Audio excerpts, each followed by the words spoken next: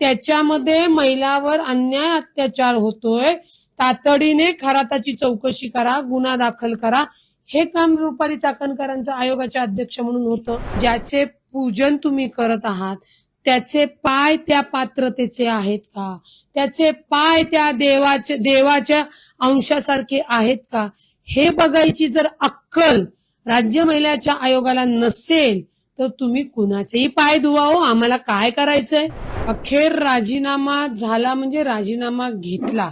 या राजीनाम्याच्या वर मला एकच सांगावं लागेल, राज्य महिला आयोगाची कीड गेली. कीड होती. कशी? वैष्णवी हगवणे प्रकरण, पीडिताचं चारित्र्य हनन, तिच्या जावेची तक्रार, तिचं चारित्र्य हनन, संपदा मुंडे, तिचं चारित्र्य हनन, त्याच्यानंतर भिसे, तिथेही ना, म्हणजे ज्या उद्देशासाठी सरकारने राज्य महिला आयोगाची स्थापना महिलांच्या सुरक्षतेसाठी, आधारासाठी, सक्षमतेसाठी केली, ते काम त्यातनं चाकणकरबाई करतच नव्हत्या, त्याच्या विरुद्ध काम करत होत्या. त्यातनं जरी समजा हे आधीचे आयोगाच्या कारभारावर ताशेरे ओढले, अनेक वेळा बोललो, तरी सुद्धा अचानकपणे आत्ताच्या 3 दिवसापासून भोंदू बाबा अशोक खरात याची जेव्हा बलात्काराचा गुन्हा समोर सगळ्यांच्या समोर आला, त्यावेळी तुम्ही लक्षात घेतलं पाहिजे की हे मोठं भयंकर कांड होतं. बर, तो त्या संस्थेवर खुद्द चाकणकरबाई आहेत सदस्य म्हणून.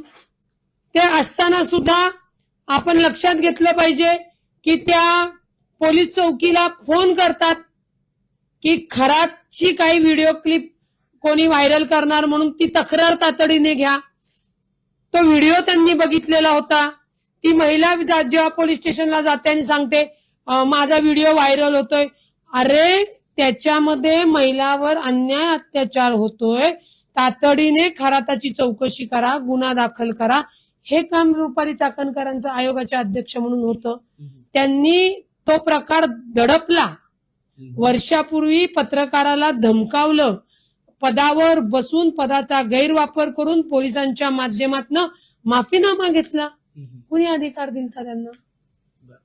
त्याचं एखाद्या सर्वसाधारण असत्या म्हणजे पदाधिकारी, तर त्यांची हिंमत झाली असती का पोलिसांना सांगायची?